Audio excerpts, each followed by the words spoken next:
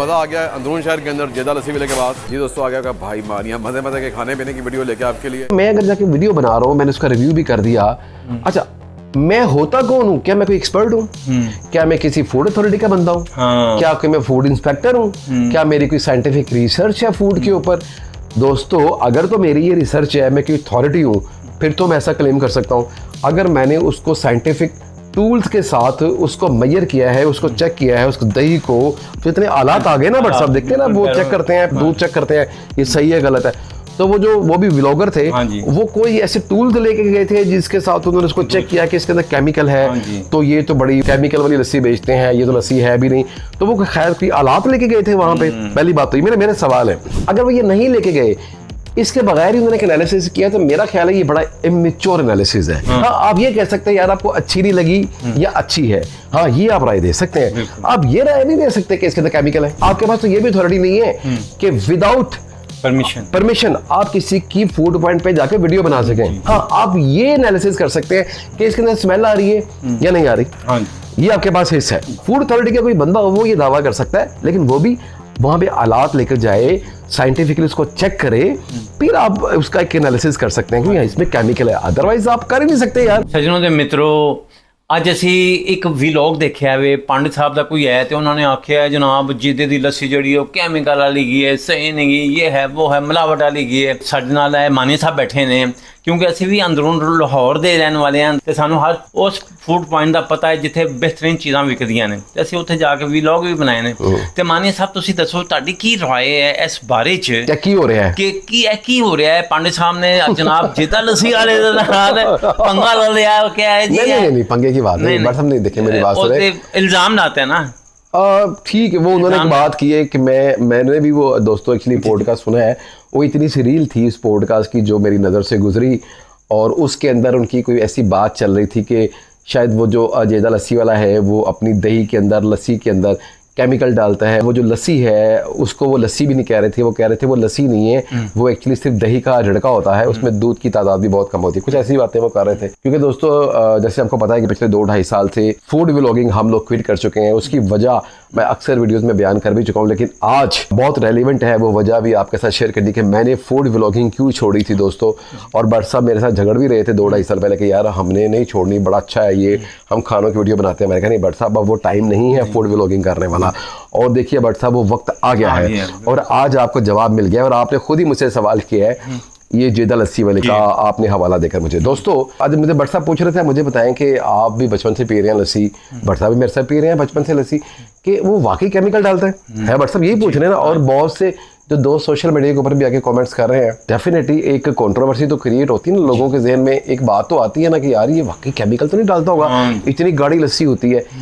अच्छा दोस्तों, मुझे नहीं पता वो केमिकल डालते हैं या नहीं डालते। पहली बात है दोस्तों, अगर मैं अपनी बात करूं कि मैं एक फूड व्लॉगर हूं और मैं फूड व्लॉग बनाने जाता हूं, मेरा काम सिर्फ इतना सा है कि मैं जाऊं, उस फूड को ट्राई करूं, उस फूड की मेकिंग दिखाऊं, उसकी हिस्ट्री बताऊं, उसका रेट बताऊं, उसकी लोकेशन बताऊं और उसकी अहमियत बताऊं कि ये फूड का जो मैं व्लॉग बना रहा हूँ ये क्यों ज़रूरी था और ये मैं आपके साथ क्यों शेयर कर रहा हूँ। और दूसरी बात यह है कि दोस्तों, मिसाल के तौर पे अगर मैं जेदा लस्सी वाले की वीडियो बना रहा हूँ, मेरा तो मकसद सिर्फ इतना ही होता था कि अब बहुत से लोग जो सूत्र मंडी रहते थे, क्योंकि जेदा लस्सी वाला सूत्र मंडी के पास है ना, उसकी जो दुकान है, अब बहुत से व्हाट्सअप दोस्त जो सूत्र मंडी रहते थे वो वहाँ से शिफ्ट हो गए, कोई अमेरिका चला गया, कोई डिफेंस में चला गया।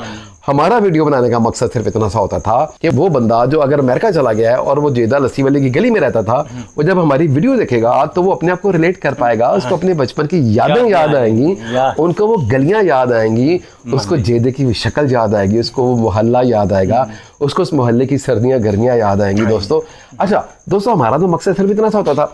हुआ ये कि जब थोड़ा सा कमर्शियलिज्म आया ना फूड व्लॉगिंग के अंदर दोस्तों, उसके बाद हुआ ये कि मतलब 3-4 जगह तो मैं ऐसी जगह पे गया था जहाँ पे वो जो फूड पॉइंट वाले थे उन्होंने हमें डिफरेंट पैसों की भी ऑफ़र करनी शुरू कर दी कि जी आप हमारा फूड व्लॉग बनाएं, हम आपको खाना भी खिलाएंगे और आपको पे भी करेंगे। आपने एक यूट्यूब की वीडियो बनानी है हमारे लिए, एक फेसबुक की रील बनानी है, एक टिकटॉक की वीडियो बनानी है और एक आपने इंस्टाग्राम के लिए एक 10-15 सेकंड की वीडियो बनानी है। हम आपको इतने पैसे देंगे और आपने अपने पेजेस पे भी शेयर करना है और हम भी उसको शेयर करेंगे। तो दोस्तों ये वो पैकेज था, 3-4 जगह से मुझे ऑफ़र हुई। जब मैंने ये देखा कि यार ये तो अब बड़ा मुश्किल हो गया। हाँ, मुश्किल हो गया, क्योंकि अगर खाना मुझे अच्छा लगा है या नहीं लगा, मुझे तो तारीफ करनी पड़ेगी। तारीफ करनी। और अगर मेरी तारीफ सुन के अगर कोई एक बंदा भी डिफेंस से 10-15 किलोमीटर दूर सफर तय करके उस खाने को खाने चला जाता है मेरी वीडियो देख के, और उसको वहां जाके वो टेस्ट नहीं आता, तो वो तो दोस्तों मुझे बददुआएं देगा ना। उसकी फैमिली का भी टाइम जाया हुआ, उसका पैसा भी जाया हुआ, उसका टेस्ट भी जाया हुआ। सो दोस्तों, इसलिए हमने फूड व्लॉगिंग को क्विट कर दिया था। हमारा मकसद सिर्फ इतना ही था, फूड व्लॉग्स बनाने का। दोस्तों देखिए, अगर मैं एक फूड व्लॉगर हूं और मैं एक फूड पॉइंट की, जो मैं एथिक्स की बात कर रहा हूं, एक मैनरिज्म की बात कर रहा हूं, अगर मैं वीडियो बनाने जाता हूं ना किसी फूड पॉइंट की, उसका मैं आपको तरीका बताता हूं मैं करता क्या था। दोस्तों, मैंने किसी से पैसे तो लेने नहीं होते थे। मैं करता क्या था, मैं जाता था उस इंसान से परमिशन लेता था, सर मैं यहाँ की वीडियो बना लूँ सर। हाँ जी, बिल्कुल ऐसे ही। उनसे परमिशन लेते थे, उसके बाद हम उसकी वीडियो बनाते थे। और मतलब यही होता था, मतलब मुझे बताने में कोई हार नहीं है, जो भी हम उसका खाना टेस्ट करते थे रिव्यू करने के लिए, वो हमसे चार्ज नहीं करता था, हमसे पैसे नहीं लेता था। ये उनकी बड़ी मेहरबानी है, ठीक है। हम उनकी वीडियो बनाते थे, बगैर किसी इंटरेस्ट के लगा देते थे। दोस्तों उसके बाद हुआ ये कि जंक फूड आ गया। हाँ जी, मैंने जंक फूड की भी एक आधी वीडियो बनाई, लेकिन उसके बाद मैंने फुल स्टॉप लगाया, क्योंकि जब उन लोगों ने मुझे ऑफर करानी शुरू करी ना पैसों की, तो मैंने कहा नहीं यार भट्ट साहब, ये तो बड़ा मसला हो जाएगा। मैं कहा ये यूट्यूब तो पोर्टफोलियो है यार, हम तो मतलब जलील हो जाएंगे, हमने ये काम नहीं करना। तो इसलिए दोस्तों हम उसको क्विट कर गए, और उसके बाद बहुत से नए लोग इन हो गए। अब जब नए लोग इन हुए ना दोस्तों, तो अब जो मेन चीज होती है ना, एथिक्स। हाँ जी, किस तरीके से डील करना है, कंटेंट कौन सा बनाना है, कौन सी लाइन बोलनी है, मतलब आपके चेहरे पे एक्सप्रेशंस कैसे होने चाहिए, मतलब आप की गुफ्तगू करने के अंदर बदतमीजाना अंदाज नहीं होना चाहिए, आपकी गुफ्तगू के अंदर से तकब्बुर का एलिमेंट नहीं आना चाहिए। जैसे मैंने आपको बताया कि हमारा ताल्लुक अंदरून लाहौर से है, लाहौर के 12 दरवाजे और एक मोरी गेट है। दोस्तों बचपन से हमने वो लस्सी पी है और अभी भी पी रहे हैं। पहली बात यह है कि आज तक जो बचपन में उसका टेस्ट था, आज भी वही टेस्ट है। आई थिंक 50 साल तो हो गए होंगे उनको, 50 साल से ज्यादा हो गया ना उनको। आई थिंक अगर दोस्तों उनको 50 ईयर से ज्यादा का टाइम हो गया वह लस्सी बेचते हुए, तो 50 साल पहले कौन से केमिकल होते थे? पहली बात तो ये ना, मतलब मेरी लॉजिक ये है सोचने कि 50 साल पहले कौन से केमिकल होते थे, और 50 साल 60 साल पहले ऐसी कौन सी अवेयरनेस थी कि जी केमिकल डालेंगे तो ये चीज़ बन जाएगी। चलिए अब तो आप कह सकते हैं जी कि चलो वो दौर आ गया, जिद्दत आ गई, टेक्नोलॉजी आ गई, नई नई चीज़ें आ गई, तो अब आप आज आप कह सकते हैं। लेकिन उस वक्त में कौन से केमिकल होते थे? तो मुझे तब भी बचपन में भी उसका वही टेस्ट आता था, आज भी वही टेस्ट आता है। मतलब पहली राय मेरी ये है। दूसरी राय मेरी ये है दोस्तों कि मैं वो पांडा साहब की बात नहीं कर रहा, वो उनकी अपनी राय है। दोस्तों मैं अपनी बात करूँ, अगर मैं वहाँ पे एज व्लॉगर व्लॉग बनाने जाता हूँ, तो पहली बात है मैं कौन हूँ यार? मुझे तो उन लोगों का शुक्रिया अदा करना चाहिए जो मुझे वहाँ वीडियो बनाने दे रहे हैं। पहली बात है, आपको पता है कि अगर वो चाहे ना, अगर आप उनके साथ कैमरा खोलें बगैर उनकी परमिशन के, वो आप पे केस भी करा सकते हैं कि उन्होंने बगैर परमिशन के हमारी दुकान की वीडियो बनाने की कोशिश की है। ये रूल्स हैं दोस्तों। मतलब चले अगर रूल्स नहीं भी है ना, तो ये एथिक्स है, ये मैनरिज्म है कि मैं अगर जाके वीडियो बना रहा हूँ, मैंने उसका रिव्यू भी कर दिया, मैं होता कौन हूँ? क्या मैं कोई एक्सपर्ट हूँ? क्या मैं किसी फूड अथॉरिटी का बंदा हूँ? क्या कोई मैं फूड इंस्पेक्टर हूँ? क्या मेरी कोई साइंटिफिक रिसर्च है फूड के ऊपर? दोस्तों अगर तो मेरी ये रिसर्च है, मैं कोई अथॉरिटी हूँ, फिर तो मैं ऐसा क्लेम कर सकता हूँ। अगर मैंने उसको साइंटिफिक टूल्स के साथ उसको मेजर किया है, उसको चेक किया है, उसको दही को, तो इतने आलात आ गए ना बट सब देखते हैं ना, वो चेक करते हैं, पैरामीटर दूध चेक करते हैं, ये सही है गलत है। तो वो भी व्लॉगर थे, वो कोई ऐसे टूल्स लेके गए थे जिसके साथ उन्होंने उसको चेक किया कि इसके अंदर केमिकल है, तो ये तो बड़ी केमिकल वाली लस्सी बेचते हैं, ये तो लस्सी है भी नहीं। तो वो खैर कोई आलात लेके गए थे वहां पे। पहली बात तो ये मेरा सवाल है, अगर वो ये नहीं लेके गए, इसके बगैर ही उन्होंने एक एनालिसिस किया, तो मेरा ख्याल है ये बड़ा इमेच्योर एनालिसिस है।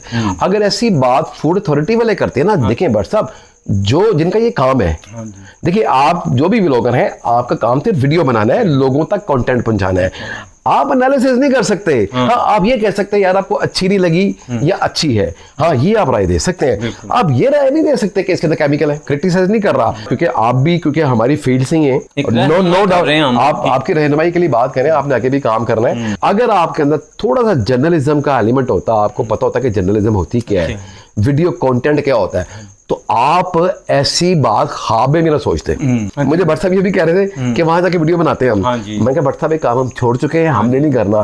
तो भट्ट साहब मेरा तो रिस्पॉन्ड किया, आप क्या कहेंगे? मैं कहना चाहना वा कि आज तो 15-20 साल पहले जो मतलब है कि केमिकल ਦਾ ਰਿਵਾਜ ਨਹੀਂ ਹੁੰਦਾ ਸੀ ਨਾ, ਤੇ ਇਹ ਜਦੋਂ ਬਿਲਟੋ ਅਸੀਂ ਤੇ ਕੋਲ ਰਹਿੰਦੇ ਸਾਂ, ਦੁੱਧ ਦਹੀਂ ਅਸੀਂ ਪਤਾ ਹੈ ਭੱਟ ਸਾਹਿਬ ਮੇਰਾ ਬਸ, ਤੇ ਉਹ ਜਦੋਂ ਦੁੱਧ ਦੇ ਬਿਲਟੋ ਆਉਂਦੇ ਸਨ ਨਾ, ਤੇ ਬਕਾਇਦਾ ਇਹਨਾਂ ਕੋਲ ਮੀਟਰ ਹੁੰਦੇ ਸਨ, ਤੇ ਹੱਥ ਵਾਰ ਕੇ ਨਾ ਇੱਕ ਮਤਲਬ ऐसे करके चेक करके सुट दे। अच्छा ਹੁਣ ਮੈਂ ਉਹਨੂੰ ਪੁੱਛਿਆ ਯਾਰ ਤੁਸੀਂ ਇਹ ਕੀ ਕਰਨਾ, ਜੇ ਦੁੱਧ ਥੋੜਾ ਮਿੱਠਾ ਹੋਵੇ ਤੇਰਾ ਮਤਲਬ ਹੁੰਦਾ ਕਿ ਸਹੀ ਗਾਵੇ, ਤੇ ਜਿਹੜਾ ਥੋੜਾ ਹਲਕਾ ਹੋ ਜਾਏ ਗੋਕਾ ਤੇ ਮਾਝਾ ਮਿਲਿਆ ਹੋਇਆ। हाँ बिल्कुल, गोका दूध बोलते हैं। ਗੋਕਾ ਦੁੱਧ ਤੇ ਮਾਝਾ ਦੁੱਧ ਮਿਲਾਵਟ ਦੋ वो बचपन से हम देख रहे चेक करते हैं वो ਦੇਖਦੇ ਨੇ, ਔਰ ਇੱਕ ਵਲਟ ਹੋਇਆ ਖਰਾਬ ਹੋਏ ਤਾਂ ਉਹਨਾਂ ਕਹਿੰਦੇ ਭਾਵੇਂ ਨਾ ਚੁੱਕ ਕੇ ਲੈ ਜਾਓ, ਅਸੀਂ ਨਹੀਂ ਲੈਣਾ, ਚੁੱਕ ਕੇ ਲੈ ਜਾਓ। ਜਿਹਦੀ ਦੁਕਾਨ ਇੰਨੀ ਚੱਲਦੀ ਹੋਵੇ ਔਰ ਦਿਨ ਰਾਤ ਰਸ਼ ਰਹਿੰਦੀ ਤੇ ਉਹ ਪਾਗਲ ਹੈਗਾ ਕਿ ਮੈਂ ਕੋਈ ਕੈਮੀਕਲ ਪਾਵਾਂ, ਜੈਨੂਇਨ ਉਹਨੇ ਪੈਸੇ ਮਿਲਦੇ ਪਏ ਨੇ। बट वो 500 का भी गिलास बेचेगा ना तो लोग खरीदेंगे। ਸੁਣੋ ਉਸ ਵਕਤ ਜਿਸ ਵਕਤ 1 ਰੁਪਏ ਦਾ ਕਿਲੋ ਦੁੱਧ ਹੁੰਦਾ ਸੀ ਨਾ, ਇਹ 1.5 ਰੁਪਏ ਦਾ ਕਿਲੋ ਦੁੱਧ ਵੇਚਦੇ ਸੀ, ਵਿਕਦਾ ਸੀ। जी बिल्कुल, ਯਾਨੀ ਕਿ 1 ਰੁਪਏ ਕਿਲੋ ਦੀ ਗੱਲ ਮੈਂ ਕਰਨਾ, ਸੰਨ 60 ਦੀ ਗੱਲ ਕਰਨਾ ਪਿਆ ਵਾਂ,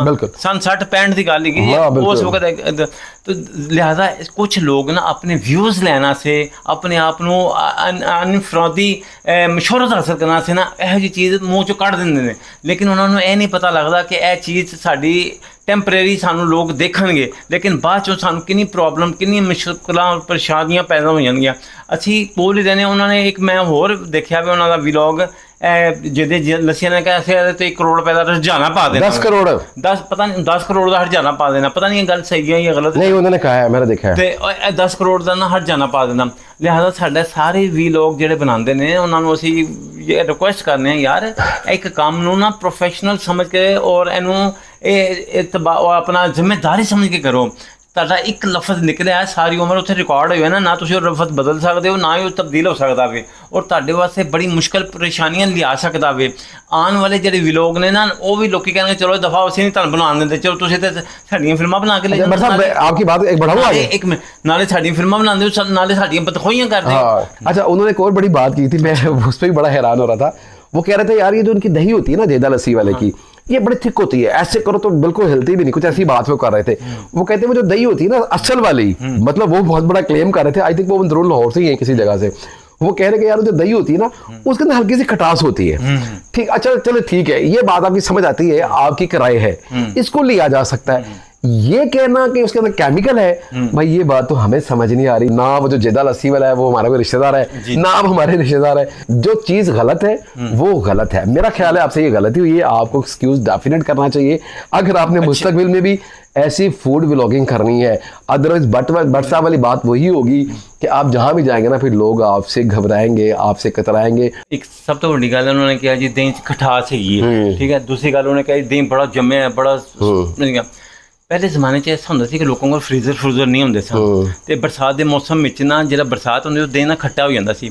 ਉਹਨੇ ਕੀ ਕਰਦੇ ਨੇ, ਦਹੀਂ ਜਦੋਂ ਜਮਾਉਂਦੇ ਨੇ ਜੰਮ ਜਾਂਦੇ ਨੇ, ਉਹਨੂੰ ਪਤਾ ਲੱਗ ਗਿਆ ਦਹੀਂ ਜੰਮ ਗਿਆ, ਫਿਰ ਆਪਣਾ ਦਹੀਂ ਸਾਰਾ ਫਰੀਜ਼ਰ ਵਿੱਚ ਰੱਖ ਦਿੰਦੇ ਨੇ ਤਾਂ ਕਿ ਖਟਾਸ ਨਾ ਹੋਵੇ ਤੇ ਨਾਲੇ ਸਾਡਾ ਦਹੀਂ ਜੰਮਿਆ ਰਵੇ ਤੇ ਉਹ ਦਹੀਂ ਦਾ ਜ਼ਾਇਕਾ ਚੇਂਜ ਨਾ ਹੋਵੇ। ਪਹਿਲੇ ਜ਼ਮਾਨੇ 'ਚ ਐਸਾ ਹੁੰਦਾ ਸੀ ਕਿ ਘਰਾਂ 'ਚ ਵੀ ਅਸੀਂ ਦਹੀਂ ਜਮਾਨੇ ਸੀ ਨਾ ਉਹ ਖੱਟਾ ਹੋ ਜਾਂਦਾ ਸੀ ਔਰ ਪਾਣੀ ਛੱਡ ਦਿੰਦਾ ਸੀ। ਬੰਦੇ को समझ आती है ना, ਤੇ ਜਦੋਂ ਬੰਦਾ ਜਿਸ ਕੰਮ ਵਿੱਚ ਕਰਦਾ ਪੈਂਦਾ ਨਾ ਉਹਦੇ 'ਚ ਉਹਨੂੰ ਐਕਸਪੀਰੀਅੰਸ ਹੋ ਜਾਂਦਾ है। दोस्तों मेरे पास 4 फूड व्लॉग ऐसे बने पड़े हैं जो मैंने अपलोड नहीं किए। उसकी वजह ये थी मुझे टेस्ट अच्छा नहीं लगा, ठीक है, तो मैंने उनको अपलोड ही नहीं किया। मैंने कहा नहीं यार मैं फिर ये मतलब यही बताना पड़ेगा इसका टेस्ट अच्छा नहीं है तो यह भी बंदे का नुकसान होगा, इससे बेहतर है कि मैं इनको अपलोड ही ना करूं। तो दोस्तों ये था हमारा आज का वीडियो। वो पांडा साहब मतलब इतने इंपॉर्टेंट आदमी है, मुझे पता ही नहीं था कि हमने इतनी देर बात कर ली उनके ऊपर। एक्चुअली हम पांडा साहब के ऊपर बात नहीं कर रहे थे, हम उन एथिक्स के ऊपर, उन रूल्स के ऊपर, उस मैनरिज्म के ऊपर बात कर रहे थे जो मेरा ख्याल है हर व्लॉगर को जिसका ख्याल रखना चाहिए। तो ये एक तो रेफरेंस बन गया ना जेदा लस्सी वाला। सो दोस्तों ये था हमारा आज का वीडियो। अगर आपको वीडियो अच्छा लगा लाइक कीजिएगा, सब्सक्राइब कीजिएगा। अच्छा दोस्तों लास्ट बात ये करूंगा, हमने फूड व्लॉगिंग जब से छोड़ी है ना तो मैंने और बट साहब ने से कन्वर्सेशनल वीडियो बनानी शुरू की है। और जो मैं शुरू में बात कर रहा था सिंपल सिटी की, हम जो है वैसे ही नजर आते हैं, हमारी दीवारें देख रहे हैं, पर्दा पड़ा हुआ है, कल ही उतरी हुई है, हम वैसे वीडियो बना रहे हैं। असल चीज बात होती है और वो बात हम आप तक पहुंचा रहे हैं। तो दोस्तों हमें भी सपोर्ट कीजिएगा, वीडियो अच्छा लगा तो लाइक कीजिएगा, सब्सक्राइब कीजिएगा और कमेंट्स बॉक्स में अपनी राय का इज़हार करना ना भूलिएगा। अपना बहुत सा ख्याल रखिएगा और हमें दुआओं में याद रखिएगा। अस्सलाम वालेकुम जी बट साहब। आखिर च मैं ਤੁਹਾਨੂੰ ਯਾਰ ਦੋਸਤ ਸੱਜਣ ਬੇਲੀਆਂ ਨੂੰ ਮੈਂ ਕਹਿਣਾ ਚਾਹੁੰਦਾ ਹਾਂ ਕਿ ਕਿਸੇ ਵੀ ਫੂਡ ਪੁਆਇੰਟ ਤੇ ਤੁਸੀਂ ਜਾਓ ਤੁਹਾਨੂੰ ਸ਼ੱਕ ਪੈਂਦਾ, ਤੁਸੀਂ ਫੂਡ ਇੰਸਪੈਕਟਰ ਲੈ ਕੇ ਜਾਓ ਉੱਥੇ, ਉਹ ਅਗਰ ਕਹਿ ਦੇਵੇ ਤੇ ਤੁਸੀਂ ਥੱਡਨੇ ਹੋ ਗਏ ਹੋ। ਬਗੈਰ ਤਹਿਕੀਕ ਕੀਤੇ ਆ ਕਦੀ ਕੋਈ ਗੱਲ ਨਹੀਂ ਕਰਨੀ ਚਾਹੀਦੀ। ਇਹ ਮੇਰੀ ਗੱਲ ਯਾਦ ਰੱਖਣਾ। इंशाल्लाह ताला हांगकांग, ताइवान, सिंगापुर, चाइना, यार दोस्त सज्जन वेली, Hong Kong, Taiwan, Singapore, Korea, China, India, Australia, USA जिथे भी ਵੇਖਦੇ ਪਏ ਨੇ ਆਪਣੇ ਮੁਲਕ ਦਾ ਨਾਂ ਦੱਸਣ, ਆਪਣੀ ਸਾਨੂੰ ਕੋਈ ਰਾਏ ਦੱਸਣ ਜਾਂ ਸਾਡੀ ਕੋਈ ਐਸੀ ਗੱਲ ਹੋਈ ਜਿਹੜੀ ਤੁਹਾਨੂੰ ਚੰਗੀ ਨਾ ਲੱਗਦੀ ਹੈ ਸਾਨੂੰ ਸਾਡੀ ਇਸਲਾਹ ਕਰਨ, ਅਸੀਂ ਜ਼ਰੂਰ ਇਸਲਾਹ ਕਰਾਂਗੇ इंशाल्लाह ताला। फिर एक नए व्लॉग में मिलेंगे, मिलते हैं थोड़ी सी ब्रेक के बाद। थैंक यू वेरी मच दोस्तों। अस्सलाम वालेकुम।